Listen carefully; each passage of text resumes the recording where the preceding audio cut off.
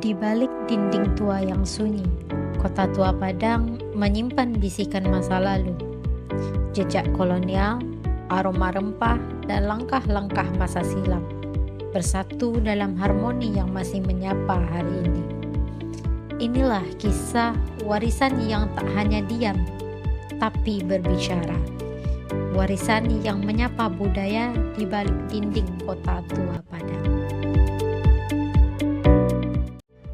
Kota tua Padang bukan hanya tempat, ia adalah naskah sejarah yang terbuka. Dari arsitektur kolonial Belanda hingga rumah tokoh Tionghoa, dari pelabuhan Muaro hingga Masjid Muhammadan, semua menyimpan narasi.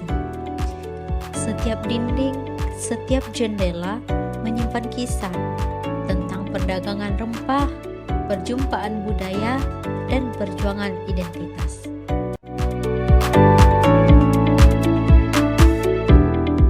Di tepian barat Sumatera, tempat batang arau bermuara ke Samudra Hindia, berdiri sebuah pelabuhan yang telah menyaksikan sejarah panjang perdagangan dan peradaban, yakni Pelabuhan Muaro.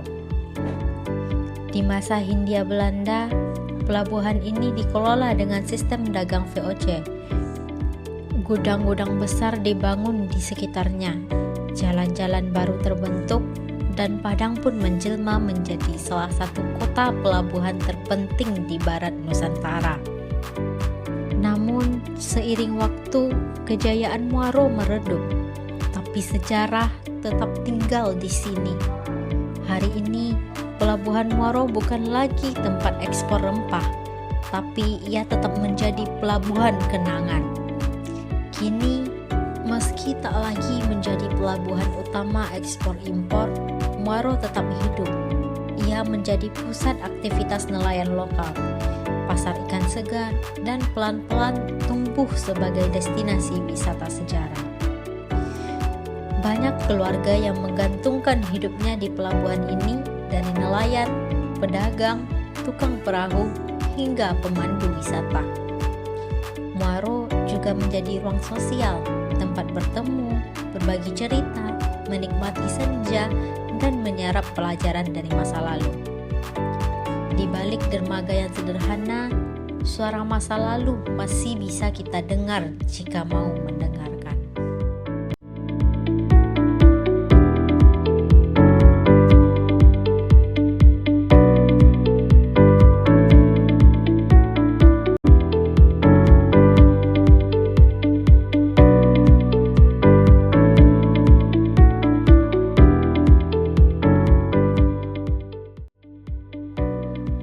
Tegak berdiri di jantung kota tua Padang, Gedung The Javaasche Bank adalah saksi bisu dari babak penting sejarah ekonomi Hindia Belanda. Didirikan pada tahun 1864, gedung ini merupakan salah satu cabang awal dari The Javaasche Bank, Bank Sentral Hindia Belanda yang berkedudukan di Batavia, cikal bakal Bank Indonesia hari ini. Di balik tembok tebal dan pilar megahnya, dahulu tersimpan lembaran-lembaran keuangan kolonial. Di sini, uang kertas dicetak, emas disimpan, dan kebijakan moneter dijalankan untuk menopang aktivitas dagang dan eksploitasi sumber daya alam dari Sumatera bagian barat. Gedung ini tak hanya berfungsi sebagai institusi keuangan, tapi juga sebagai simbol dominasi ekonomi kolonial atas tanah Minangkabau. Letaknya yang strategis dekat dengan pelabuhan dan pusat niaga menjadikannya poros pergerakan modal di kota Padang pada masanya. Hari ini, bangunan yang megah itu telah beralih fungsi. Ia tak lagi menyimpan uang, melainkan menyimpan memori. Sebuah warisan arsitektur kolonial yang kini menjadi cagar budaya. Pengingat akan bagaimana Padang pernah menjadi pusat perniagaan penting dan bagaimana sejarah ekonomi dibangun bukan hanya oleh angka, tapi oleh manusia dan kuasa. Kalau kita perhatikan baik-baik, gedung The Javaste Bank ini tidak cuma tua, tapi juga cantik. Lihat saja pilar-pilarnya tinggi, tegak, kesannya megah sekali. Arsitekturnya gaya Eropa, tapi di tengah kota Padang. Dia berdiri seperti penanda zaman, dengan jendela yang besar-besar, lengkung, dan ornamen dindingnya detail. Bangunan ini dibuat bukan hanya untuk kerja, tapi untuk menunjukkan kuasa, status, dan gaya hidup orang-orang kolonial zaman dulu. Sekarang, meskipun sudah tidak dipakai untuk urusan perbankan, estetikanya masih kuat, seperti melihat lukisan yang bisa cerita tanpa harus banyak kata. Di tengah kota tua Padang, berdiri sebuah bangunan yang tidak hanya menjadi tempat ibadah, tapi juga jadi simbol keberadaan dan keteguhan hati masyarakat Tionghoa sejak ratusan tahun lalu, yakni Klenteng Sehinkyong. Klenteng ini dibangun pertama kali pada tahun 1841, menjadikannya kelenteng tertua di kota Padang, bahkan di pantai barat Sumatera. Nama Sehinkyong berarti Istana Kebajikan yang Suci. Di sini, umat Tridharma, Konghucu, Buddha, dan Tao bersembahyang kepada para dewa pelindung, memohon berkah, dan mengucap syukur. Selain sebagai pusat spiritual, kelenteng ini juga menjadi pusat kegiatan sosial dan budaya etnis Tionghoa. Ia berdiri sebagai lambang harmoni, toleransi, dan akulturasi di kota pelabuhan yang sejak dulu dihuni banyak wajah dan banyak budaya.